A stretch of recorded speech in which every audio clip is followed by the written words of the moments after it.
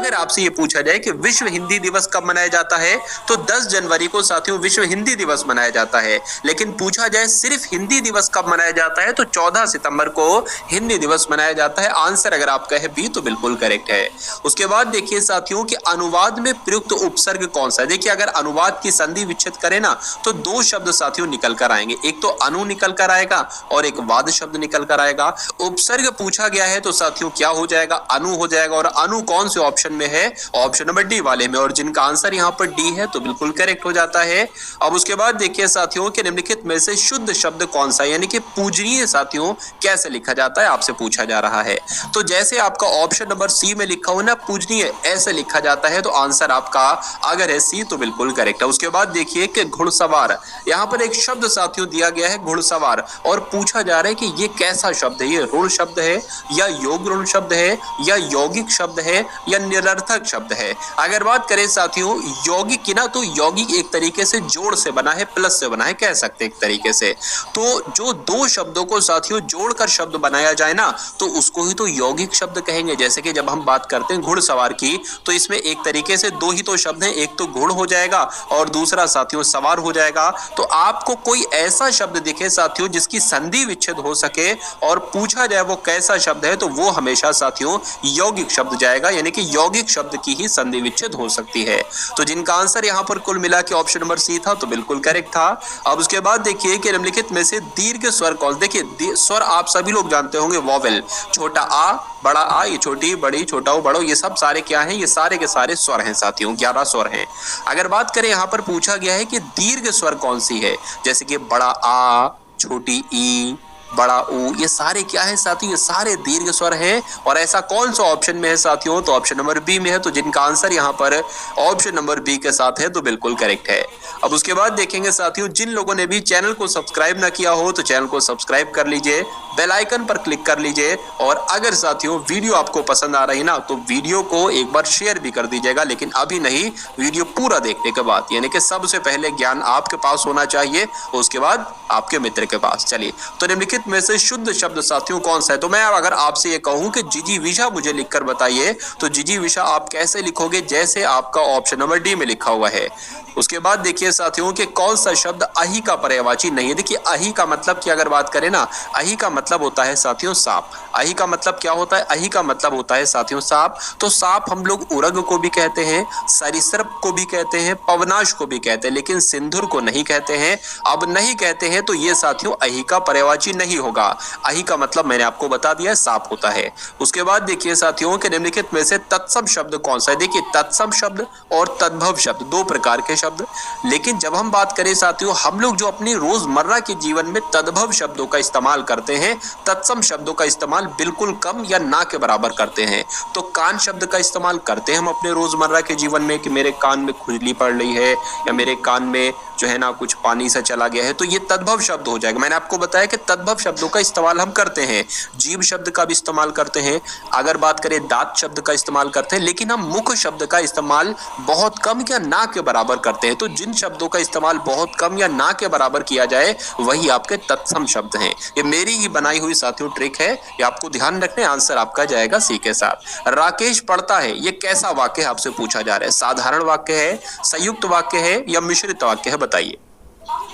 चलिए, तो ये सिंपल से साथियों वाक्य है, यानी कि साधारण वाक्य आपका राइट आंसर हो जाता है। उसके बाद देखिए कि बहुग शब्द का सही मतलब क्या है। यानी कि बहुग का मतलब साथियों क्या होता है, जो बहुत जानकार हो, जानने की इच्छा रखने वाला, या जो अध्ययनशील हो या जो कम जानता हो। तो मैं कह सकता हूं साथियों, जो बहुत जानकार हो उसको बहुग कहा जाता है। आंसर आपका ऑप्शन नंबर ए हो जाता है। निम्नलिखित में से संज्ञा शब्द का चयन कीजिए, यानी कि इसमें से संज्ञा कौन सी है। देखिए अगर बात करें संज्ञा, आपको मालूम होना चाहिए किसको कहा जाता है। अगर किसी भी आदमी का नाम है या किसी लड़के का नाम है, कोई भी नाम है वो संज्ञा होगा।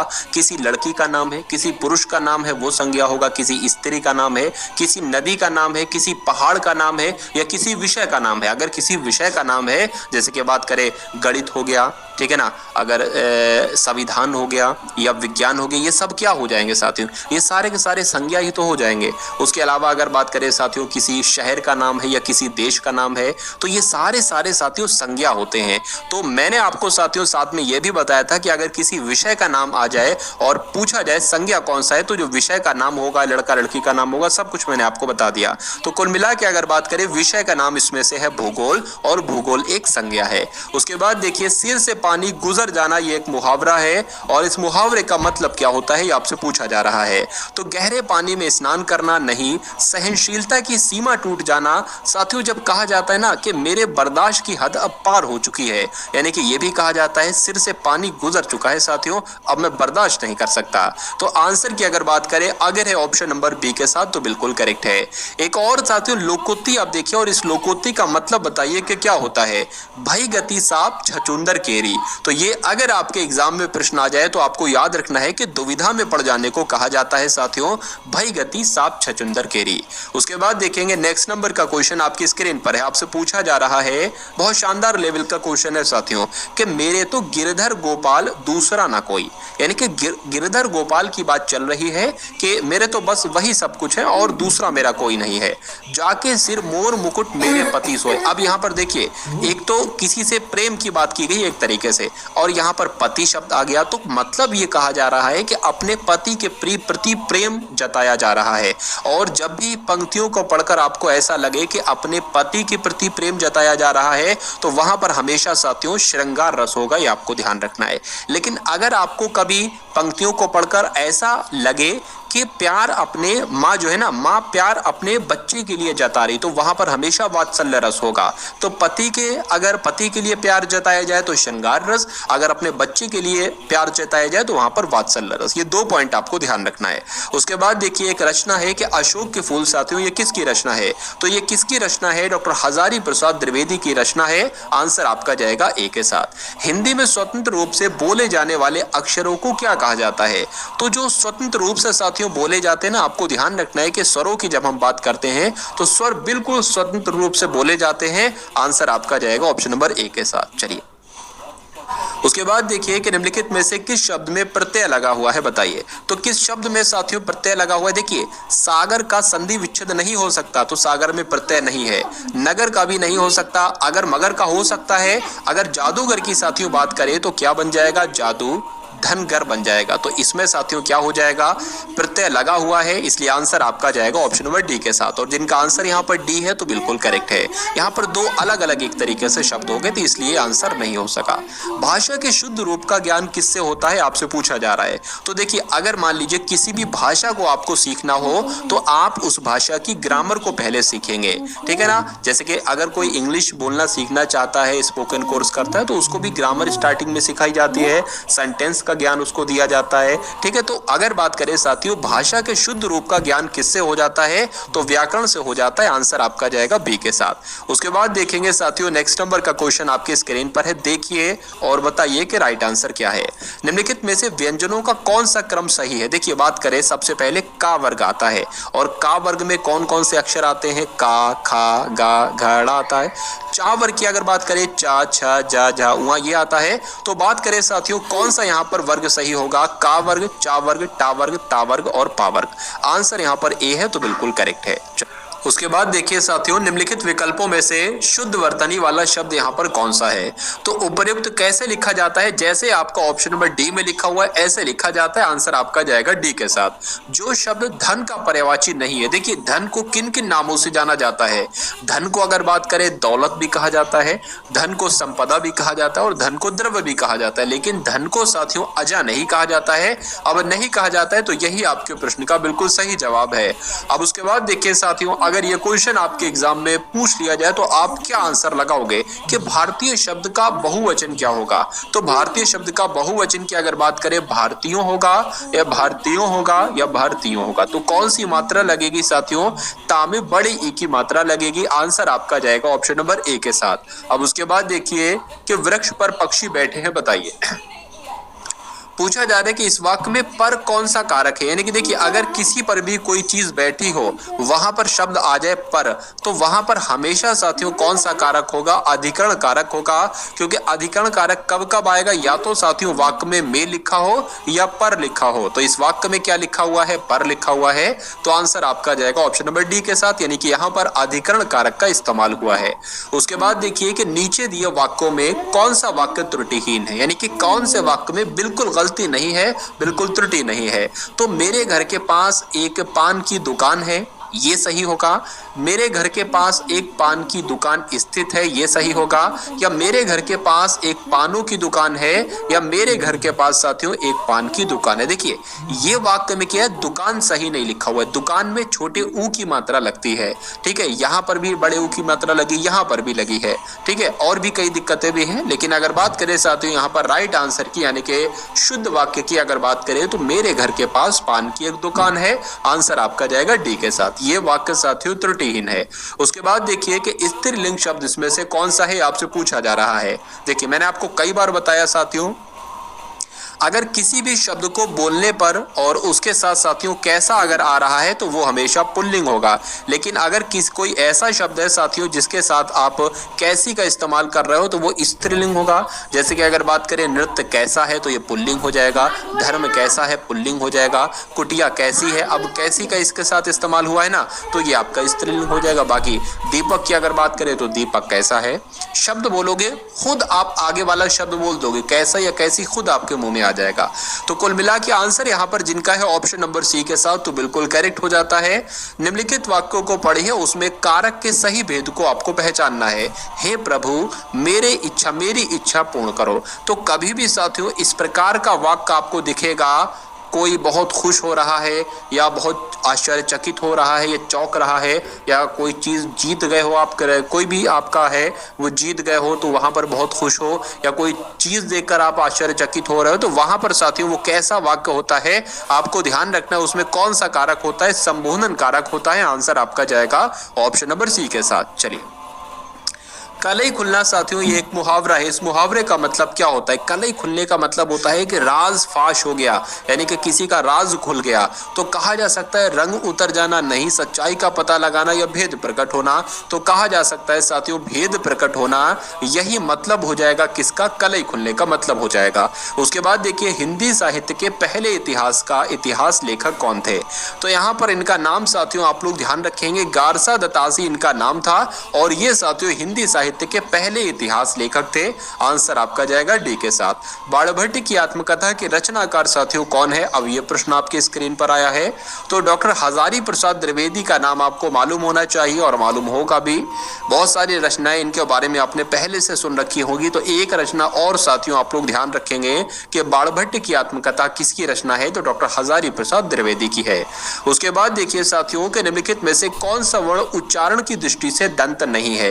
देखिए, दंत वर्ण की अगर बात करें ना, तो दंत में कौन कौन से वर्ण आते हैं आपको मालूम होना चाहिए साथियों। ता आता है, दा आता है, ता, दा, था, दा, धा और ना, ये सारे आते हैं। तो यहाँ पर साथियों कौन कौन सा है? ये भी है, ये भी है, उसके अलावा ये भी है, लेकिन ये नहीं है। अब ये नहीं है तो यही साथियों दंत वर्ण नहीं कहलाएगा। अब नहीं कहलाएगा तो यही आपका राइट आंसर है। उसके बाद देखिए, भारत की प्राचीन भाषा कौन सी है आपसे पूछा जा रहा है। हिंदी, पाली या प्राकृत, संस्कृत या अपभ्रंश? तो इस प्रश्न का सही जवाब जो होगा वो संस्कृत हो जाएगा। यानी कि प्रश्न अगर आपसे पूछा जाए कि भारत की प्राचीन भाषा कौन सी है, तो संस्कृत आपका आंसर होगा। सीधी सी बात है। चलिए, निम्नलिखित में से कंठ ध्वनियां इसमें से कौन सी है? तो साथियों मैं आपको बता चुका हूं, कंठ ध्वनियां जो होती है ना, वो का, खा, ग, घड़ा होती है। अब कंठ ध्वनियां इसमें से कौन सी हो जाएंगी? तो काखा हो जाएगी कंठ ध्वनियां। अगर आपका आंसर यहाँ पर ए है तो बिल्कुल करेक्ट हो जाता है। अब उसके बाद देखिए साथियों, अत्युक्ति में उपसर्ग आपसे पूछा जा रहा है। तो अत्युक्ति की अगर बात करें साथियों, इसकी संधि विच्छेद क्या हो जाएगा? अति धनुक्ति हो जाएगा। तो अति इसमें क्या हो जाएगा? उपसर्ग हो जाएगा। आंसर आपका सी के साथ। और जिनका आंसर यहाँ पर सी है तो बिल्कुल करेक्ट है। बहुत बढ़िया, वेरी गुड क्लास। अब उसके बाद देखिए साथियों, एक शब्द आपके स्क्रीन पर आया है कि बारहसिंगा, और बारहसिंगा में आपसे पूछा जा रहा है कि कौन सा समास है? बहुब्रीहि समास, कर्मधारय समास, द्वंद्व समास या अव्ययी समास? तो आप लोग साथियों यहाँ पर ध्यान रखेंगे, बारहसिंगा की अगर बात करें तो इसमें साथियों बहुब्रीहि समास था। साथियों यहाँ पर मैं आपको फिर से बता देता हूँ कि पूरा मॉडल पेपर हम लोग यहाँ पर डिस्कस करेंगे, जिसमें सामान्य ज्ञान के प्रश्न आने वाले टाइम में देखेंगे। 38 से जो है ना वो सामान्य ज्ञान के प्रश्न आपके स्टार्ट हो जाएंगे। उसके बाद साथियों रीजनिंग के और फिर मैथ के। साथियों मैं आपको कुल मिला के अगर बात बताऊं तो यूपी पुलिस कांस्टेबल के लिए मैं 100 प्रश्नों की एक ऐसी क्लास लाने वाला हूं करंट अफेयर की, क्योंकि जो आपका सामान्य ज्ञान का सेक्शन होगा यूपी पुलिस में, उसमें लगभग मेरे हिसाब से 7 से 8 क्वेश्चंस, कम से कम 7 से 8 क्वेश्चंस पूछे जाएंगे करंट अफेयर की। और लगभग साथियों बात करें तो 8 से 9 महीने की करंट अफेयर आपको याद रखना है, आपको तैयार रखना है। तो मैं साथियों क्या कर रहा हूं कि मैं 8 से 9 महीने की करंट अफेयर आप सभी को दूंगा और वो 100 क्वेश्चंस के अंदर कवर हो जाएगी। यानी कि अगर उन साथियों 8 से 9 महीने के 100 क्वेश्चंस आप तैयार कर लेते हो तो उसमें से एक सिंगल क्वेश्चन भी आपका नहीं छूटेगा। यानी कि जितने भी 7-8 जितने भी क्वेश्चन पूछे जाए वो उस 100 क्वेश्चन में से आपको मिल जाएंगे। कोई दिक्कत कोई परेशानी आपको लेना नहीं है।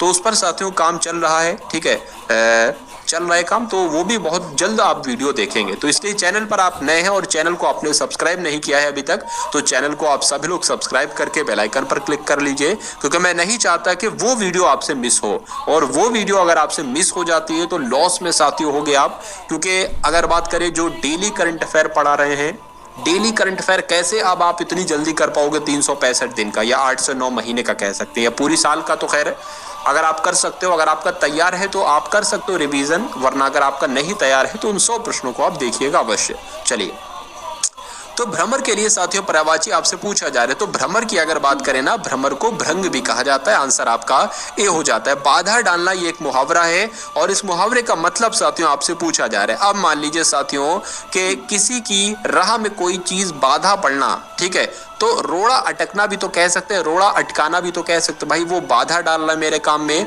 यानी कि रोड़ा अटका रहा है, तो आंसर आपका भी हो जाता है। उसके बाद देखिए नेक्स्ट नंबर का क्वेश्चन आपकी स्क्रीन पर है कि वीर तुम बढ़े चलो, इसमें आपको बताना है रस कौन सा है।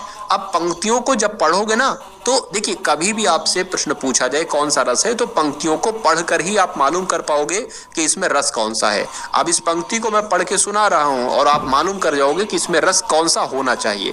वीर तुम बढ़े चलो, ये 3rd क्लास में मैंने कविता पढ़ी थी, 3rd या 4th में, मुझे अभी भी याद है। वीर तुम बढ़े चलो, धीर तुम बढ़े चलो, सामने पहाड़ हो कि सिंह की दहाड़ हो, तुम कभी रुको नहीं, तुम कभी झुको नहीं। तो यहाँ पर वीर की बात चल रही है और एक तरीके से अगर बात करें बहुत बहादुरी वाली बात चल रही है, तो जाहिर सी बात है साथियों यहाँ पर वीर रस हो जाएगा। आंसर आपका जाएगा डी के साथ। अभी मैंने आपको साथियों बताया था इसी क्लास में कि अगर माँ अपने पति से प्यार कर रही है, यानी कि पंक्तियों को पढ़कर आपको ऐसा लग रहा हो कि कोई माँ नहीं सॉरी कि कोई स्त्री है वो अपने पति की तरफ या पति की तारीफ कर रही है, तो वहां पर कौन सा रस होगा? श्रृंगार रस। लेकिन अगर माँ अपने बच्चे की तारीफ कर रही है या उसकी तारीफ कर रही, प्रशंसा कर रही, तो वहां पर वात्सल्य रस होगा। लेकिन अगर पंक्तियों को पढ़कर ऐसा महसूस हो कि बहुत बहादुरी का काम चल रहा है, वीर का काम चल रहा है, बहुत बड़ी बड़ी बातें की जा रही है बहादुरी वाली, तो वहां पर साथियों वीर रस होगा। आंसर आपका डी के साथ। अब उसके बाद देखेंगे साथियों सामान्य ज्ञान के यहाँ पर प्रश्न आपके शुरू हो चुके हैं। तो बताइएगा एक बार कि इन 37 प्रश्नों में से कितने प्रश्न आपके हिंदी के बिल्कुल करेक्ट रहे। अब यहाँ पर 38 प्रश्न हम लोग देखेंगे सामान्य ज्ञान के, यानी कि 38 से लेकर 75 तक। उसके बाद रीजनिंग और उसके बाद मैथ। तो भारत का ऐसा कौन सा राज्य है जिसको सोया प्रदेश कहा जाता है? तो सोया प्रदेश के नाम से साथियों किसे जाना जाता है? मध्य प्रदेश को जाना जाता है। आंसर आपका बी के साथ। ओलंपिक खेल कितने वर्ष के अंतराल पर आयोजित किए जाते हैं? तो ओलंपिक खेल साथियों हर 4 वर्ष के अंतराल पर होते हैं। आंसर आपका सी हो जाता है। उसके बाद देखिए आईटी संशोधन एक्ट 2008 की धारा 43A द्वारा 43A, धारा 66, आईपीसी की धारा 379 और 406 के तहत कितनी सजा का प्रावधान है? तो 3 वर्ष की सजा का प्रावधान है। आप लोग एक बार ध्यान रखेंगे। चलिए अब उसके बाद देखिए बिस्मिल्लाह खां यहाँ पर लिखा हो, तो बिस्मिल्लाह खां साथियों किस वाद्य यंत्र से संबंधित थे? शहनाई वादन से, यानी कि शहनाई बजाते थे, तो ये शहनाई वादन से संबंधित थे। उसके बाद देखिए साथियों कि भारतीय संसद भवन का डिजाइन, जो भारतीय संसद भवन है ना, तो संसद भवन का डिजाइन किसके द्वारा तैयार किया गया था? तो किसके द्वारा तैयार किया गया था साथियों? एडविन ल्यूटियंस के द्वारा तैयार किया गया था। ये एकदम बहुत शानदार लेवल का क्वेश्चन है और आपके एक बार एग्जाम में पूछा जाएगा। उसके बाद देखिए साथियों के क्षेत्रफल की दृष्टि से विश्व का सबसे छोटा देश कौन सा है? तो क्षेत्रफल की दृष्टि से साथियों विश्व का सबसे छोटा देश कौन सा है? तो वेटिकन सिटी है। आंसर आपका बी हो जाता है। निम्नलिखित में से सबसे कठोर धातु कौन सी है? ये आपसे साथियों पूछा पूछा जा रहा है। देखिए यहाँ पर अगर बात करें सबसे कठोर धातु कौन सी है तो टंगस्टन है, लेकिन अगर आपसे पूछा जाए सबसे कठोर पदार्थ कौन सा है तो आपका आंसर हीरा होना चाहिए। 2 पॉइंट आप लोग ध्यान रखेंगे, सबसे कठोर धातु टंगस्टन और सबसे कठोर पदार्थ अगर पूछे तो हीरा आपको बताना है। अब उसके बाद देखिए साथियों कि अकबर ने बुलंद दरवाजे का निर्माण किस विजय की स्मृति में करवाया था, तो किस विजय की स्मृति में करवाया था साथियों, गुजरात विजय की स्मृति में करवाया था। आंसर आपका बी के साथ। कौन सी संस्था शेयर बाजार पर नियंत्रण रखती है, तो कौन सी संस्था साथियों रखती है, आप लोग ध्यान रखेंगे सेबी की अगर बात करते हैं साथियों, आप लोग ध्यान रखेंगे सेबी की स्थापना कब हुई थी, तो 1988 में तो इसकी स्थापना हुई थी। और सेबी का क्या काम होता है, तो ये शेयर बाजारों पर साथियों नियंत्रण रखती है। चलिए, राष्ट्रीय खेल दिवस साथियों कब मनाया जाता है, राष्ट्रीय खेल दिवस की अगर बात करें तो आपको ध्यान रखना है 29 अगस्त को राष्ट्रीय खेल दिवस मनाया जाता है, इसलिए आंसर आपका बी जाता है। भारतीय संसद का कौन सा सदन निम्न सदन कहलाया जाता है, अगर बात करें साथियों देखिए उच्च सदन यहाँ पर अगर आपसे पूछा जाता है तो राज्यसभा आप बताते हैं, लेकिन निम्न सदन आपसे पूछा जाए साथियों तो लोकसभा आपको बताना है, इसलिए जिनका आंसर यहाँ पर ऑप्शन नंबर ए है तो बिल्कुल करेक्ट है। उसके बाद देखिए कि अंग्रेजों ने भारत में व्यापार करने के लिए कौन सी कंपनी का निर्माण किया था, तो कौन सी कंपनी का निर्माण किया था साथियों, ईस्ट इंडिया कंपनी का निर्माण किया था, ये आपको मालूम होना चाहिए। अब उसके बाद देखिए कि एक पुस्तक है साथियों जो आपके एग्जाम में बहुत पूछी जाती है। चलिए कि गीतांजलि साथियों किसकी रचना है बताइए, तो गीतांजलि किसकी रचना, और गीतांजलि के लिए उनको आपको ध्यान रखना नोबेल पुरस्कार भी दिया गया था, तो रविन्द्रनाथ टैगोर की रचना है गीतांजलि और इसके लिए इनको नोबेल पुरस्कार भी दिया गया था, ये आप लोग ध्यान रखेंगे। अब उसके बाद देखिए ओजोन परत निम्न में से किसके कारण नष्ट हो रही है, तो किसके कारण हो रही है, CFC के कारण हो रही है, इसकी फुल फॉर्म क्या है, तो क्लोरोफ्लोरोकार्बन है, आपको ध्यान रखना है। चलिए उसके बाद देखेंगे कि निम्न में से कौन शरीर की प्रतिरक्षा प्रणाली में काम करता है, तो क्या साथियों अगर बात करें श्वेत रक्त कणिका क्या शरीर की प्रतिरक्षा प्रणाली में काम करती है, तो बिल्कुल साथियों शरीर की प्रतिरक्षा प्रणाली में काम करती हैं। भारतीय संविधान को कब अंगीकृत किया गया, ये आपसे पूछा जा रहा है, तो भारत देखिए अगर एक प्रश्न आपसे पूछा जाता है कि संविधान दिवस कब मनाया जाता है, तो संविधान दिवस साथियों 26 नवंबर को मनाया जाता है। अगर आपसे पूछे कि भारत में संविधान को कब अंगीकृत किया, तो आपको ध्यान रखना है साथियों 26 नवंबर 1949 को अंगीकृत किया गया, इसलिए 26 नवंबर को साथियों संविधान दिवस मनाया जाता है, आंसर आपका सी होना चाहिए। उसके बाद देखिए कि अंधों के पढ़ने की लिपि किस नाम से जानी जाती है, बताने की कोशिश करेंगे। तो यहाँ पर आप लोग ध्यान रखेंगे साथियों अंधों के जो पढ़ने की लिपि होती है उसको क्या कहा जाता है साथियों, ब्रेल लिपि कहा जाता है। और ब्रेल लिपि के आविष्कारक कौन थे साथियों, तो लुईस ब्रेल थे, ये भी आपको ध्यान रखना है। उसके बाद देखेंगे कि केंद्रीय मंत्रिपरिषद किसके प्रति उत्तरदायी होती है, आपसे पूछा जा रहा है, तो आप लोग ध्यान रखेंगे साथियों कि केंद्रीय मंत्रिपरिषद लोकसभा के प्रति उत्तरदायी होती है, आंसर आपका जाएगा सी के साथ। चलिए फारसी में किसका अनुवाद है बताने की कोशिश करेंगे, आप सभी लोग बताइए।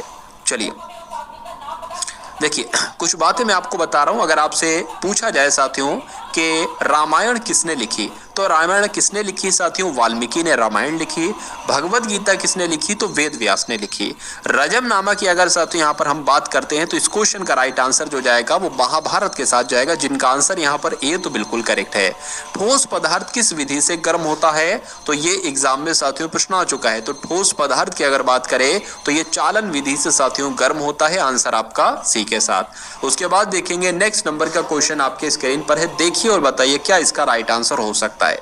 चलिए तो साथियों वीडियो को लाइक कर दीजिएगा और एक प्यारे से कमेंट के माध्यम से आप सभी लोग बताइएगा कि क्लास आपको कैसी लग रही है, और इस क्लास में अगर कुछ कमी आपको लग रही है, इसमें कुछ सुधार की जरूरत है, तो सुधार के बारे में भी आप मुझे जरूर बताइएगा कमेंट सेक्शन में, ठीक है ना। चलिए तो निम्न में से किसे डॉक्टर भीमराव अंबेडकर ने संविधान का हृदय और आत्मा कहा, तो बहुत बड़ी बात साथियों ये कही है, भीमराव अंबेडकर जी ने बहुत बड़ी बात कही है कि संविधान का हृदय और आत्मा किसे बताया है, तो संवैधानिक उपचारों के अधिकार को साथियों बताया है संविधान का हृदय और आत्मा। उसके बाद देखेंगे अगले नंबर का प्रश्न है कि वृंदावन गार्डन ये कहां पर स्थित है, एग्जाम में बहुत आपसे पूछा जाता है, तो आप लोग ध्यान रखेंगे साथियों ये कर्नाटक में स्थित है। कहां पर स्थित है, कर्नाटक में स्थित है, कर्नाटक के मैसूर में, इसलिए राइट आंसर आपका जाएगा ऑप्शन नंबर बी के साथ। चलिए उसके बाद देखिए साथियों अगला प्रश्न आपकी स्क्रीन पर है कि कहार जाति के द्वारा किया जाने वाला धुरिया नृत्य किस जिले में आयोजित किया जाता है? तो कहां पर आयोजित किया जाता है साथियों? बुंदेलखंड में आयोजित किया जाता है। और उसके अलावा आपको ये ध्यान रखना है कि धुरिया नृत्य साथियों अगर बात करें किसके द्वारा किया जाता है, कौन सी जाति करती है, तो कहार जाति करती है धुरिया नृत्य। और कहां पर किया जाता है? तो बुंदेलखंड में किया जाता है। डायनामो की अगर बात करें तो डायनामो साथियों किसको किस में परिवर्तित करता है, आपसे पूछा जा रहा है। तो डायनामो की अगर बात करें तो ये यांत्रिक ऊर्जा को विद्युत ऊर्जा में परिवर्तित करता है। आंसर आपका जाएगा ऑप्शन नंबर सी के साथ। और जिनका आंसर यहाँ पर सी है तो बिल्कुल करेक्ट है। जिले में आपराधिक प्रशासन का प्रमुख इनमें से कौन होता है? तो आप लोग ध्यान रखेंगे साथियों कि जो जिला मजिस्ट्रेट होता है यही जिले में आपराधिक प्रशासन का प्रमुख होता है। उसके बाद देखिए कि उत्तर प्रदेश राज्य में न्यायपालिका के गठन के लिए किसी नगर की जनसंख्या कम से कम कितनी होनी चाहिए? तो कम से कम साथियों कितनी होनी चाहिए? 40,000 होनी चाहिए। इसलिए राइट आंसर आपका सी हो जाता है। भारत का सरकारी दस्तावेज साथियों अगर बात करें तो भारत का सरकारी दस्तावेज जो तथ्यों सहित प्रकाशित किया जाता है उसको क्या कहा जाता है? तो उसको साथियों श्वेत पत्र कहा जाता है हिंदी में। लेकिन इंग्लिश की बात करें तो व्हाइट पेपर कहा जाता है। आपको ध्यान रखना है, आंसर आपका जाएगा बी के साथ। बहुत बढ़िया, वेरी गुड क्लास। चलिए अगर बात करें साथियों यहाँ पर आप लोग इस साल वर्दी लेना ही लेना चाहते हैं। क्यों? क्योंकि जो 60,000 वैकेंसी साथियों यूपी पुलिस की आएगी, मुझे नहीं लगता कि ये अब वैकेंसी आपको आने वाले टाइम में बहुत जल्द देखने को मिलेगी। क्योंकि 2018 के बाद 2023 में ये वैकेंसी आई, 2024 में वैकेंसी आई, तो लगभग 5 साल के आसपास हो गया। तो क्या अब 5 साल बाद आप वेट कर पाओगे? या आपकी ये भी तो है कि एज भी होना मुश्किल है। अभी तो आयु में छूट आपको दी गई है, ठीक है। तो बहुत सारे ऐसे कैंडिडेट्स होंगे जो आयु में छूट की वजह से फॉर्म भर पाए होंगे। और अगर साथियों इस बार आपकी जॉब नहीं लिखी तो ये समझ लीजिए बहुत समय बाद वैकेंसी आएगी, जब तक आपकी आयु भी निकल जाएगी। तो मेरी मानिए इस बार इतनी मेहनत कर दीजिए, इतना दिन और रात एक कर दीजिए, इतनी पढ़ाई कर लीजिए, लेकिन स्मार्ट तरीके से इतनी पढ़ाई कर लीजिए कि यूपी पुलिस की जो फाइनल लिस्ट हो उसमें एक नाम आपका भी हो, रोल नंबर आपका भी हो। मैं ये चाहता हूं। और ये साथियों तभी सफल होगा जब आप इस चैनल से बिल्कुल टच में रहेंगे। यानी कि जो भी साथियों मैं क्लास यहाँ पर डालता हूँ इस चैनल के माध्यम से आपको, और उस क्लास के पीछे साथियों बहुत मेहनत होती है। क्योंकि क्वेश्चंस को सिलेक्ट करना के जो संभावित क्वेश्चंस हैं जो आपसे पूछे जा सकते हैं, आपको ये समझ लीजिए पूरा खाना वाना पका के आपको दिया जाता है, परोसा जाता है, बस आपको उसको अच्छे से खाना होता है, ठीक है। तो बाकी जिम्मेदारी मेरी रही। चैनल से आप जुड़े रहे, जो कंटेंट आपको दिया जाए उसको तैयार कीजिए, उसको अपने मनोमस्तिष्क में स्टोर कीजिए, एग्जाम आपका फतेह हो जाएगा। और प्रैक्टिस सेट साथियों साथ में लगाते रहिए आप सभी लोग। चलिए अगर बात करें साथियों विश्व में गेहूं का सबसे बड़ा उत्पादक राष्ट्र कौन सा है, आपसे पूछा जा रहा है। तो कौन सा है? चीन है, ये आप लोग ध्यान रखेंगे। भारत दूसरे स्थान पर है। भारतीय पेट्रोलियम संस्थान ये कहां पर स्थित है? तो ये तो साथियों उत्तराखंड के देहरादून में है, इसलिए आंसर आपका बी के साथ जाएगा। गंगटोक साथियों कहां की राजधानी है, किस राज्य की राजधानी है? तो सिक्किम की राजधानी अगर आपसे पूछे तो गंगटोक आपको बताना है। भारत के किस उद्योग को गोल्डन फाइबर कहा जाता है? तो गोल्डन फाइबर साथियों अगर बात करें ना तो ये जूट उद्योग को क्या कहा जाता है? गोल्डन फाइबर कहा जाता है। आंसर आपका जाएगा बी के साथ। बहुत बढ़िया, वेरी गुड क्लास। निम्नलिखित में से कौन दीन बंधु के नाम से जाना जाता है? तो किसे दीन बंधु के नाम से जाना जाता है? CF एंड्रूज को दीन बंधु के नाम से जाना जाता है। उत्तर प्रदेश में स्कूल ऑफ पेपर टेक्नोलॉजी निम्न में से ये कहां पर स्थित है, आपसे पूछा जा रहा है। लखनऊ, इलाहाबाद, सहारनपुर या गोरखपुर? तो आप लोग ध्यान रखेंगे साथियों सहारनपुर में है ये, यानी कि स्कूल ऑफ पेपर टेक्नोलॉजी कहां पर स्थित है? तो सहारनपुर में है। मुगल शासन में मनसबदारी प्रणाली का आरंभ किसके द्वारा किया गया? तो किसके द्वारा किया गया था साथियों? अकबर के द्वारा किया गया था, इसलिए आंसर आपका जाएगा सी के साथ। सूर्य एवं चंद्रमा के बीच पृथ्वी आ जाने से कौन सी घटना घटित होती है? यानी कि एक वो समय साथियों जब सूर्य और चंद्रमा के बीच साथियों पृथ्वी आ जाए ना तो क्या होता है, आप लोग ध्यान रखेंगे, चंद्र ग्रहण लग जाता है। आंसर आपका जाएगा ए के साथ। संयुक्त राज्य अमेरिका की मुद्रा साथियों क्या है, आपसे बताना है। तो अमेरिका की मुद्रा तो साथियों डॉलर है, आंसर आपका भी हो जाता है। जनहित याचिका निम्न में से किस न्यायालय में दायर की जा सकती है? तो आपको ध्यान रखना है सुप्रीम कोर्ट में भी दायर की जा सकती है और हाई कोर्ट में भी दायर की जा सकती है, इसलिए आंसर आपका ऑप्शन नंबर डी हो जाता है, यानी कि ए और बी दोनों। अब उसके बाद देखिए अगले नंबर का क्वेश्चन आपकी स्क्रीन पर है, बताने की कोशिश करेंगे आप सभी लोग, बताइए। कि जो मिश्रित खेती है ना, ये मिश्रित खेती क्या होती है? एक ही खेत में 2 या 2 से अधिक फसलों का उत्पादन, नकदी एवं खाद्य दोनों फसलों का उत्पादन, या पशुपालन एवं कृषि, या उपरोक्त सभी। तो कहा जा सकता है साथियों, मिश्रित फसल, मिश्रित खेती किसे कहा जाता है? एक ही खेत में 2 या 2 से अधिक फसलों का उत्पादन ही को मिश्रित खेती कहा जाता है। ये आपको ध्यान रखना है। तो अब साथियों यहाँ पर हम लोग रीजनिंग के प्रश्न देखेंगे, ठीक है ना। तो यहाँ पर साथियों रीजनिंग की अगर बात करें तो एक सीरीज वाला प्रश्न यहाँ पर आपको दे रखा है, ठीक है। तो देखिए कैसे ये प्रश्न होगा। 6 है, बहुत सिंपल सा प्रश्न है। पहले 6 है, फिर 9 है, फिर 12 है, फिर 15 है, फिर 18 है। तो साथियों बच्चा बता देगा यहाँ पर कौन सा नंबर आ जाएगा। साथियों यहाँ पर 21 नंबर आ जाएगा। 21 नंबर यहाँ पर साथियों क्यों आएगा? क्योंकि 3 नंबर साथियों हर सब में बढ़ाए गए थे। तो जब 3 नंबर साथियों 18 में बढ़ाए जाएंगे ना, तो 21 आ जाएगी। इसलिए आंसर आपका जाएगा ऑप्शन नंबर ए के साथ। अब उसके बाद देखिए साथियों, एक और साथियों सीरीज वाला ही क्वेश्चन आपकी स्क्रीन पर आया है। यहाँ पर अगर बात करें साथियों, देखिए मैं आपको बता देता हूँ एक बार फिर से कि यूपी पुलिस एग्जाम की बात करते हैं तो रीजनिंग के सेक्शन में साथियों 55 क्वेश्चंस आते हैं। मतलब 150 में से पूरे 55 क्वेश्चन सिर्फ रीजनिंग के। बिल्कुल साथियों 20 क्वेश्चन, लगभग 20 से 21 क्वेश्चन मैथ के आते हैं और 55 या 54 या 56 के आसपास लगभग रीजनिंग के क्वेश्चन आते हैं, ठीक है। तो रीजनिंग साथियों सिलेक्शन की अगर बात करें, सिलेक्शन डिपेंड करता है रीजनिंग पर और हिंदी पर। इसलिए 2 ऐसे सब्जेक्ट आप बहुत समझिए बिल्कुल निपुण हो जाइए, एक्सपर्ट हो जाइए। एक भी सिंगल क्वेश्चन आपका इसमें से अगर नहीं गलत होता है तो सिलेक्शन के चांस आपके 100% हो जाते हैं। खैर चलिए, एसी है, उसके बाद ईजी है, उसके बाद आईके है, उसके बाद एमओ है। तो यहाँ पर साथियों कौन से लेटर आ जाएंगे आपसे पूछा जा रहा है। तो सबसे पहले लेटर पोजीशनिंग आप कर दीजिए। मतलब ए की पोजीशन 1 होती है और सी की पोजीशन 3 होती है, ई की पोजीशन 5 होती है, जी की पोजीशन 7 होती है, आई की पोजीशन 9 होती है और के की पोजीशन 11 होती है। उसी प्रकार साथियों एम की पोजीशन 13 और ओ की पोजीशन 15 होती है। यहाँ पर आप एक चीज देख पा रहे होंगे कि क्या इसमें बड़ा है तो इसमें बड़ा है, इसमें 2 बड़ा है, फिर क्या इसमें साथियों 2 बड़ा है, इसमें भी 2 बड़ा है, इसमें भी 2 बड़ा है। यानी कि यहाँ पर जो नंबर आएगा उसमें भी 2 का डिफरेंस होना चाहिए। अगर बात करें साथियों, ये 1 से 5 हो गया है, बिल्कुल सही साथियों। 1 से 5 हो गया है यानी कि 4 नंबर बड़ा है। ये 5 से 9 हो गया है, 4 नंबर बड़ा है। ये 9 से 13 हुआ है, 4 नंबर बड़ा है। तो यहाँ पर भी साथियों जब 4 नंबर बढ़ाएंगे तो यहाँ पर साथियों 17 आ जाएगा। उसके बाद देखिए 3 से 7 हुआ है, यहाँ पर भी 4 नंबर बड़ा है। 7 से 11 4 नंबर बड़ा है, 11 से 15 7 नंबर बड़ा है, 4 नंबर बड़ा है। और 15 से भी साथियों 4 बढ़ाएंगे तो कितना आ जाएगा? तो 19 आ जाएगा। और आप सभी लोग जानते हैं कि 17 पर होता है साथियों क्यू और 19 पर होता है एस, इसलिए क्यू एस आपका आंसर हो जाएगा, जो कि ऑप्शन नंबर बी में लिखा हुआ है। तो जिनका आंसर यहाँ पर ऑप्शन नंबर साथियों बी है तो बिल्कुल करेक्ट हो जाता है। अब उसके बाद देखिए नेक्स्ट नंबर का क्वेश्चन आपके स्क्रीन पर है, देखिए और बताइए इसका राइट आंसर क्या होगा।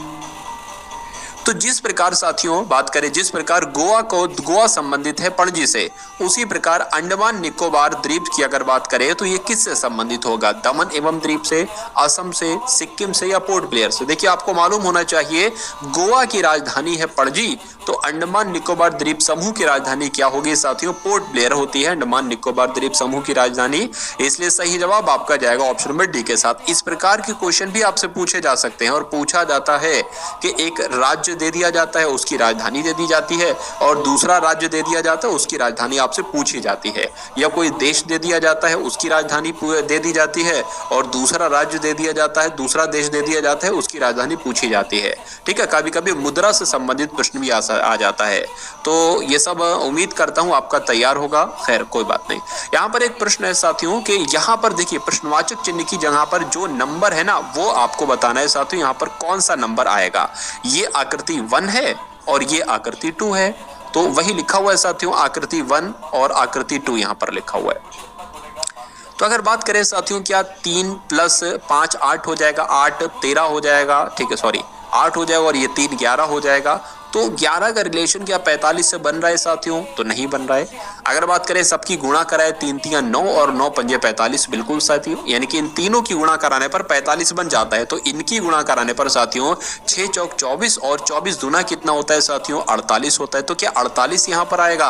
ऑप्शन में क्या 48 है साथियों? बिल्कुल है, इसलिए आंसर आपका ऑप्शन नंबर डी हो जाता है। अब उसके बाद देखिए अगले नंबर का क्वेश्चन आपके स्क्रीन पर है। जैसे क्वेश्चन साथियों यहाँ पर आपको करवा रहा हूँ यूपी पुलिस के पेपर में, ऐसे ही प्रश्न आते हैं। इसलिए आप साथियों बहुत ही ध्यानपूर्वक इस क्लास को देखेंगे और सभी सवालों को समझेंगे और जो कॉन्सेप्ट आपको बताए जा रहे हैं उसको तैयार रखेंगे। प्रश्न आपको ऐसे ही देखने को मिलेंगे। उसके बाद देखिए, यदि धूल को हवा कहा जाता है, हवा को सफेद कहा जाए, सफेद को पीला कहा जाए और पीले को जल कहा जाए और जल को लाल कहा जाता है, तो दूध का रंग कैसा होता है? हमें इतना पता है कि दूध का रंग सफेद होता है और सफेद को यहाँ पर क्या कहा गया है ये आपसे पूछा गया है। तो यहाँ पर साथियों सफेद को पीला कहा गया है, इसलिए आंसर आपका किस ऑप्शन के साथ जाएगा साथियों? ऑप्शन नंबर बी के साथ जाएगा, पीले के साथ। उसके बाद देखेंगे अगले नंबर का क्वेश्चन आपकी स्क्रीन पर है। यहाँ पर साथियों आपसे पूछा जा रहा है कि उस आरेख को चुनना है आपको जो नीचे दिए गए वर्गों के बीच सही संबंध निरूपण करता है। इस प्रकार का भी एक क्वेश्चन आपके एग्जाम में जरूर पूछा जाता है। देखिए, विज्ञान है, भौतिक विज्ञान है और रासायनिक विज्ञान है। देखिए, जब हम विज्ञान की बात करते हैं तो विज्ञान में 3 तरह के विज्ञान आते हैं। एक तो भौतिक विज्ञान आता है, एक रासायन विज्ञान आता है और एक जीव विज्ञान आता है। यानी कि ये इसके विज्ञान के अंतर्गत ये सारे विज्ञान आएंगे साथियों। तो कहा जा सकता है ये आपका साथियों विज्ञान हो जाएगा ये वाला, और इसके अंदर ये आपका भौतिक विज्ञान हो जाएगा और ये रसायन विज्ञान हो जाएगा। तो ऐसी साथियों आकृति आपको कौन से ऑप्शन में देखने को मिल रही है? तो ऑप्शन नंबर ए में देखने को मिल रही है और यही आपका राइट आंसर है। उसके बाद देखिए नेक्स्ट नंबर का क्वेश्चन आपके स्क्रीन पर है। देखिए और बताइए कि राइट आंसर इसका क्या हो सकता है। चलिए देखिए, बहुत अच्छा प्रश्न और बहुत शानदार लेवल का भी यहाँ पर ये क्वेश्चन है।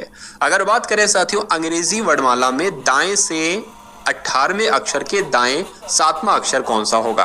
तो अब इंसान क्या करेगा? A to Z लिखने पड़ेगा, यानी कि A से लेकर Z तक लिखने लगेगा, लेकिन ऐसा नहीं करना है।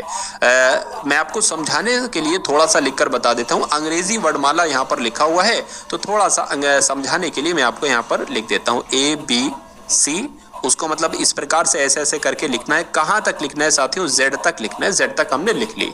अब यहाँ पर कहा गया है, अच्छा दायां क्या होता है? दायां जब भी कहेगा दाएं से चलना है तो दाएं से इधर से चलोगे, मतलब इधर से चलोगे इधर की तरफ, और कहेगा बाएं से चलना है तो इस तरफ से चलोगे इधर की तरफ। इतनी समझ में आ गई? तो इसमें यह कहा गया है कि दाएं से 18वें अक्षर पर पहले तो पहुंचा जाए। पहले दाएं से 18वें अक्षर पर पहुंचेंगे, उसके बाद वहां से दाएं से 7वें अक्षर पर पहुंचेंगे और जो अक्षर आएगा वही आपका आंसर होगा। तो सबसे पहले तो साथियों दाएं से जब हम क्या करेंगे 18वें अक्षर पर कैसे पहुंचेंगे? तो कभी भी आपसे अगर प्रश्न में यह कहा जाए कि A से Z तक है, पूरी वर्णमाला है, उसमें Z से आपको चलना है, यानी कि दाएं से आपको चलना है 15वें अक्षर पर कहे। मैं एग्जाम्पल के लिए ले रहा हूँ 18वें अक्षर पर, चलिए मान लेते हैं। तो जब भी आपसे कहे साथियों 18वें अक्षर वाला लेटर कौन सा होगा, आप 27 में से घटाना, 26 में से नहीं, 27 में से आप घटाना 18 को। तो 17 में से 8 जाएगा साथियों, कितना बचेगा? 9 बचेगा। यहाँ पर साथियों कितना हो जाएगा? 1 हो जाएगा, यानी कि 9 ही हो जाएगा। यानी कि जब आप इधर से चलेंगे 18 लेटर पार करेंगे तो यहाँ पर साथियों कहीं पर 9 नंबर आएगा और यहाँ पर साथियों आई आ जाएगा। इतना आपको ध्यान रखना है, ठीक है। अगर यहाँ पर लिखा होता 20 तो हम साथियों दाएं से 20 कहता ना, तो हम साथियों 27 में से 20 को घटाते और जो लेटर होता वहां पर हम पहुंच जाते। इसने दाएं से 18 कहा है तो हमने 27 में से 18 घटाया है। अब यहाँ पर हम आई पर आ गए। अब ये कह रहा है कि उस अक्षर के दाएं 7वां अक्षर कौन सा होगा, यानी कि अब इससे 7वां पूछ रहा है। अब चाहो तो साथियों हम लोग लिख भी सकते हैं 7वां अक्षर, ये आपका 10वां हो जाएगा, 11वां हो जाएगा, 12वां, ठीक है, 13, 14, 15, लेकिन ऐसे नहीं करना, मैं आपको सिर्फ समझा रहा हूं। अगर इसने क्या कहा 7वां, दाएं से 7वां अक्षर क्या होगा, यानी कि इधर से 7वां अक्षर क्या होगा? 1 2 3 4 5 6 7, यानी कि 16 आया और 16 पर क्या होता है साथियों? पी होता है। लेकिन ये भी आपको नहीं लिखना है। यहां पर कहा गया था कि दाएं से 7वां अक्षर क्या होगा, तो डायरेक्ट जो 9 आया था ना, 9 में 7 प्लस कर दो और क्या आ जाएगा? 16 आ जाएगा। जैसे कि ये 16 आ गया और 16 नंबर पर क्या होता है? पी होता है। तो आंसर आपका किस ऑप्शन के साथ जाएगा? पी के साथ जाएगा। और जिनका आंसर यहाँ पर पी है तो बिल्कुल करेक्ट है। उसके बाद देखिए साथियों अगले नंबर का क्वेश्चन आपके स्क्रीन पर है। देखिए और बताइए क्या इस क्वेश्चन का राइट आंसर हो सकता है। चलिए लिखा हुआ है साथियों यहाँ पर, यदि मोपेड पर सवार एक व्यक्ति किसी बिंदु से प्रारंभ करके दक्षिण दिशा में, अच्छा ठीक है भाई साहब, एक बात मैं आपको और बता देता हूं यहाँ पर आपको समझाने के लिए। देखिए अगर मान लीजिए, ठीक है, ये आपका ये आप है तो ये वाली दिशा हमेशा क्या कहलाएगी? पूर्व दिशा कहलाएगी। ये वाली दिशा साथियों हमेशा उत्तर दिशा कहलाएगी और ये वाली दिशा हमेशा दक्षिण दिशा कहलाएगी और ये वाली दिशा हमेशा पश्चिम दिशा कहलाएगी। अगर बात करें ये वाला हाथ आपका दायां हाथ कहलाएगा और ये वाला हाथ आपका बायां हाथ कहलाएगा। तो इसमें कहा गया है कि प्रारंभ करके एक बिंदु से दक्षिण दिशा में 4 किलोमीटर चलता है। तो दक्षिण दिशा ये साथियों नीचे की तरफ ही तो है, तो हम दक्षिण दिशा में साथियों कितना चला लेंगे, 4 किलोमीटर चला लेंगे सवारी को। उसके बाद कहता है फिर बाईं ओर मुड़ता है। अब इसका मुंह इधर की तरफ है, इधर की तरफ है, किसके इधर की तरफ, इसका बाएं किधर होगा, इसका बायां इधर ही तो होगा। और बाएं की तरफ बढ़ के 2 किलोमीटर कह रहा है चलने को, तो 2 किलोमीटर हमने चला दिया। और पुनः अपने दाएं ओर मुड़कर, अच्छा फिर से मतलब इधर को जा रहा था, दाएं मुड़ता है यानी कि इधर मुड़ता है। और कितना चलता है साथियों, 4 किलोमीटर चलाया जाता है। 4 किलोमीटर चलता है तो वह किस दिशा में चल रहा है, तो साथियों वो किस दिशा में चल रहा है, वो इस दिशा में चल रहा है। और ये दिशा कौन सी होती है, बिल्कुल नीचे वाली दिशा साथियों दक्षिण दिशा ही तो होती है। तो वो किस दिशा में चल रहा है, दक्षिण दिशा में चल रहा है। इसलिए आंसर आपका किस ऑप्शन के साथ जाएगा, ऑप्शन नंबर डी यानी कि दक्षिण के साथ जाएगा। और जिनका आंसर यहाँ पर डी है तो बिल्कुल करेक्ट भाई, बहुत बढ़िया, वेरी गुड क्लास। उसके बाद देखेंगे साथियों एक अच्छे लेवल का क्वेश्चन आपकी स्क्रीन पर आ चुका है कि कथन क्या सा कहता है साथियों। कथन कहता है, यहाँ पर कथन है कि सभी कौवे पक्षी हैं, सभी मोर कौवे हैं। दो बातें कही गई हैं। तो सभी कौवे, मान लीजिए हम एक साथियों ये क्या है, ये कौवे हो जाते हैं, ठीक है, ये कौन हो गए, ये साथियों कौवे। कहा गया है कि सभी कौवे क्या है, सभी कौवे पक्षी हैं। तो पक्षियों के अंतर्गत ही तो साथियों क्या आ जाएंगे, कौवे आ जाएंगे। तो ये सारे क्या हो गए, पक्षी हो गए। उसके बाद कहा गया है कि सभी मोर क्या है, सभी मोर कौवे। मैं दोबारा से बनाता हूँ, थोड़ा सा बड़ा बनाता हूँ, बन नहीं पाए इस बार। देखिए कहा गया है साथियों क्या, कौवे की बात की गई है। तो कौवे मैं यहाँ पर बना लेता हूँ। देखिए कहा गया है कि सभी कौवे क्या हैं, सभी कौवे आपके पक्षी हैं। तो ये आपके क्या बन जाएंगे, ये आपके पक्षी हो जाएंगे। पक्षी के अंतर्गत ही तो कौवे आ जाएंगे। उसके बाद कहा गया है कि सभी मोर कौवे हैं। तो जब सभी मोर कौवे हैं तो कौवे के अंतर्गत ही तो साथियों क्या आएंगे, मोर आएंगे। तो मोर क्या आ गए, कौवे के अंतर्गत आ गए। अब आप निष्कर्ष पढ़िए और बताइए कि कौन कौन से निष्कर्ष सही है। 2 का निष्कर्ष दिए गए हैं। सभी मोर पक्षी हैं, क्या इसमें सभी मोर आपको पक्षी दिख रहे हैं, ये तो मोर हो गए। ये क्या सभी मोर जो हैं वो पक्षी के अंतर्गत आ रहे हैं, बिल्कुल साथियों पक्षी के अंतर्गत ही आ रहे हैं सभी मोर, इसलिए सभी मोर पक्षी हैं, ये बात बिल्कुल सही है। उसके बाद लिखा हुआ है सभी पक्षी मोर हैं। पक्षी क्या है, पक्षी साथियों ये वाले हैं पक्षी। क्या ये सारे पक्षी साथियों मोर हैं, तो मैं कहूंगा नहीं, सिर्फ इतने पक्षी जो है ना ये सिर्फ मोर हैं, सारे नहीं हैं। तो ये आपका गलत हो जाएगा, यानी कि निष्कर्ष आपका केवल एक सही होगा। और ऐसा कहां पर लिखा हुआ है, केवल निष्कर्ष एक निकलता है। तो ऑप्शन नंबर सी में ऐसा लिखा हुआ है, तो यही आपका राइट आंसर हो जाता है। अब उसके बाद देखेंगे साथियों अगले नंबर का क्वेश्चन आपके स्क्रीन पर है। देखिए और बताइए कि राइट आंसर इसका क्या होगा, बताइए। चलिए तो यहां पर साथियों पहले 1 आया है, उसके बाद 8 आया है, उसके बाद 2 है, फिर 25 है, फिर यहां पर कौन सा नंबर आएगा ऑप्शन में से। देखिए यहां पर मुझे ऐसा लग रहा है कि ये जो 5 लिखा है ना, इसके सामने इसका स्क्वायर ही तो लिखा हुआ है। ये 8 लिखा है, इसके सामने क्या लिखा हुआ है, इसका स्क्वायर लिखा हुआ है। ये 2 लिखा हुआ है, इसके सामने क्या लिखा हुआ है, इसका स्क्वायर लिखा हुआ है। तो यहाँ पर 1 लिखा हुआ है, 1 का स्क्वायर साथियों क्या होता है, 1 का स्क्वायर 1 ही होता है। इसलिए आंसर आपका जाएगा किस ऑप्शन के साथ, तो ऑप्शन नंबर ए के साथ। और जिनका आंसर यहाँ पर ऑप्शन नंबर ना, वो मैथ के साथियों क्वेश्चन शुरू हो चुके हैं। मैथ के क्वेश्चन अब शुरू हो चुके हैं, तो मैथ के क्वेश्चन को भी हम लोग देख लेंगे। ठीक है, 10 या 12 क्वेश्चन ही मैंने लिए हैं मैथ के और रीजनिंग के, क्योंकि उसमें साथियों मैं नहीं चाहता कि वीडियो बहुत लंबी हो जाए। ठीक है, चलिए खैर कोई दिक्कत नहीं है। सभी सवाल जो होंगे 10 सवाल भी होंगे मैथ के, तो टॉप लेवल के साथियों होंगे जो आपके एग्जाम में आपसे पूछे जाते हैं। इसलिए बहुत ध्यान से आपको सभी मैथ के सवालों को देखना है और उन सवालों को साथियों तैयार करना है। चलिए देखिए अगर बात करते हैं कि किसी वस्तु पर 2 बार क्रमशः यानी कि एक बार 40%, दूसरी बार 20% की छूट दी जाती है। ठीक है, यदि एक बार में ही छूट दे देता तो उसका मान क्या होगा। कभी भी आपसे इस प्रकार का सवाल आ जाए कि पहली बार में भैया 40% की छूट दी गई, या पहली बार में 20% की छूट दी गई, दूसरी बार में 30% की छूट दी गई, तो कुल मिलाकर छूट कितनी हुई। ये सवाल आता है, यूपी पुलिस कांस्टेबल का फेवरेट क्वेश्चन है, आता ही आता है। ठीक है ना, तो इसके लिए साथियों क्या करेंगे कि पहली बार 40 की छूट दी गई, दूसरी बार 20 की छूट दी गई, तो पहली बार कितने की छूट दी गई, 40 की। उसके बाद साथियों दूसरी बार कितने की छूट दी गई, अगर बात करें साथियों 20 की छूट दी गई। ठीक है, अब यहां पर साथियों क्या हो जाएगा, अब ये दोनों नंबर गुणा में लिख दिए जाएंगे। अभी प्लस में लिखे, अब गुणा में लिख देंगे, तो 40 गुणा आपका 20 हो जाएगा और नीचे आपका क्या आ जाएगा, 100 आ जाएगा। यानी कि जो भी 2% दिए हो ना, उनको इस प्रकार से लिख देना है पहले दोनों को। ठीक है, ये नंबर पहला वाला प्रतिशत, दूसरा वाला प्रतिशत, फिर ये पहला वाला प्रतिशत, दूसरा वाला प्रतिशत बटे में 100 हो जाएगा। अब इन दो जीरो से ये वाले दो जीरो कट जाएंगे। 40 में 40 और 20 कितना हो जाएगा साथियों? 60 हो जाएगा। 4 दूना कितना हो जाएगा? 8 हो जाएगा। यानी कि 60 में से 8 जाएगा साथियों तो 52% ही तो बचेगा।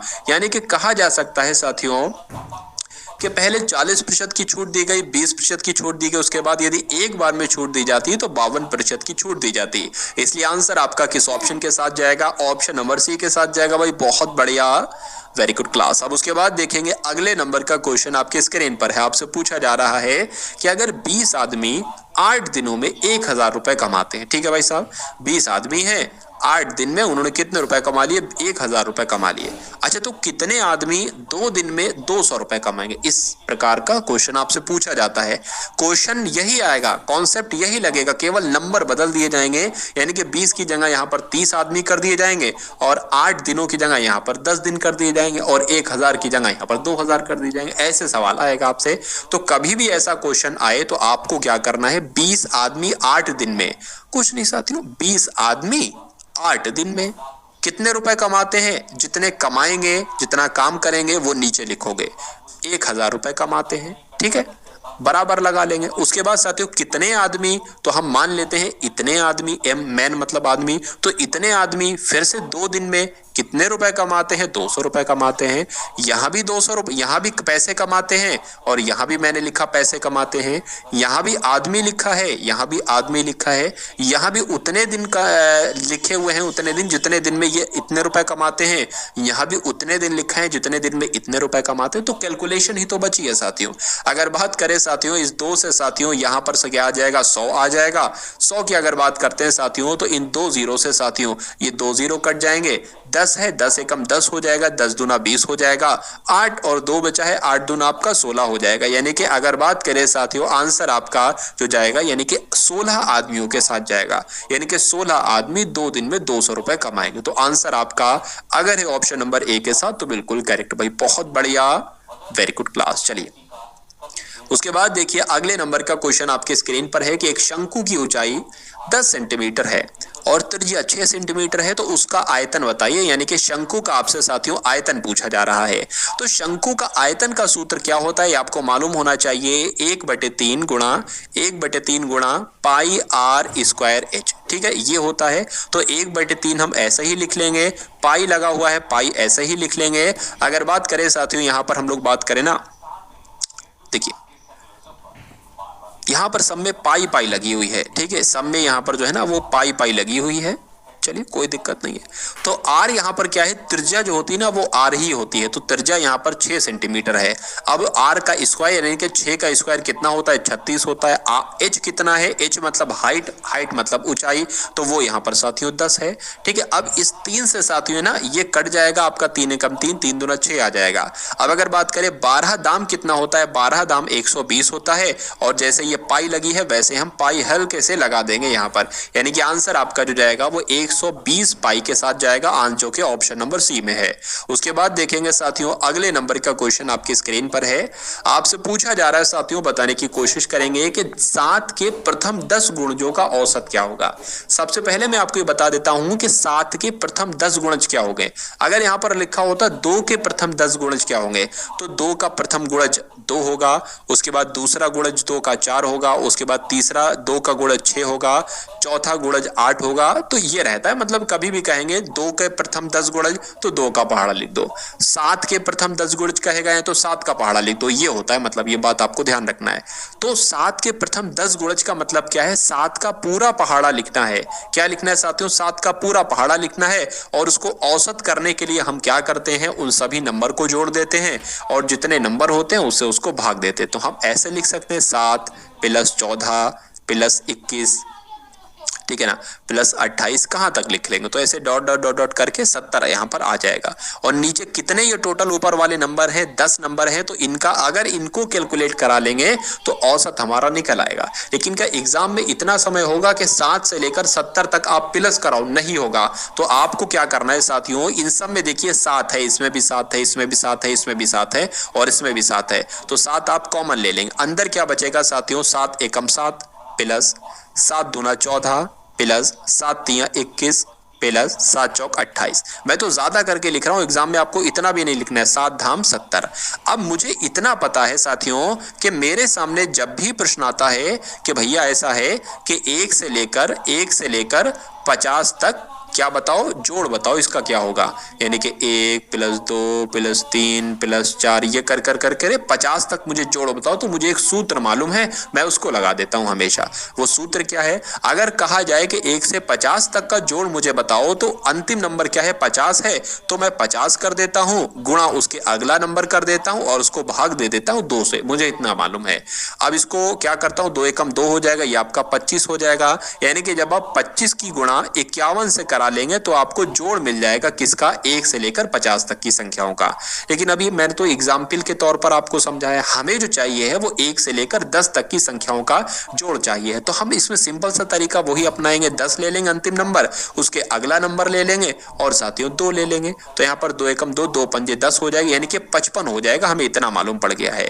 यानी कि कहा जा सकता है साथियों जो इनका सम होगा ना वो 55 कहलाएगा, गुणा 7 है तो गुणा हमने क्या लिख लिया, 7 लिख लिया। अब बटे में कितना है ना, बटे में 10 है, ठीक है, तो इतना आ जाएगा आपके स्क्रीन के ऊपर। 5 दूना आपका 10 हो जाएगा, 5 एकम 5 5 एकम 5 हो जाएगा, 7 की 11 से कराओगे साथियों 77 आ जाएगा और 77 बटे यहाँ पर 2 आ जाएगा। अब इसको कट करोगे तो 77 का आधा कितना होता है देख लेते हैं, 2 एकम 2 हो जाएगा, 2 3 आपका 6 हो जाएगा, 1 बचेगा 17 हो जाएगा, 2 अट्ठे आपका 16 हो जाएगा, 1 बचेगा, फिर से पॉइंट लगा, यहाँ पॉइंट लगा दिया है, वो 0 बढ़ा देंगे 10 हो जाएगा, 2 पंजे आपके 10 हो जाएंगे, यानी कि 38.5% साथियों 7 के प्रथम 10 गुणनजों का क्या हो जाएगा, औसत हो जाएगा। आंसर आपका सी के साथ जाएगा और जिनका आंसर यहाँ पर सी था तो बिल्कुल करेक्ट था भाई, बहुत बढ़िया, वेरी गुड क्लास। अब उसके बाद देखिए नेक्स्ट नंबर का क्वेश्चन आपके स्क्रीन पर है, आपसे क्या पूछा जा रहा है बताइए। पूछा आपसे जा रहा है साथियों कि 45 व्यक्ति किसी काम को 25 दिनों में कर सकते हैं, अगर 30 व्यक्ति चले जाएं तो शेष व्यक्ति पूरा काम कितने दिनों में समाप्त करेंगे। इस क्वेश्चन को भी आपको तैयार कर लेना है, बहुत आसान सा प्रश्न है। पहली लाइन में लिखा हुआ है कि 45 व्यक्ति किसी काम को 25 दिन में कर सकते हैं, ठीक है, हम हमेशा ऐसे लिखते हैं कि 45 व्यक्ति किसी काम को 25 दिन में कर सकते हैं। अगर काम दे रखा हो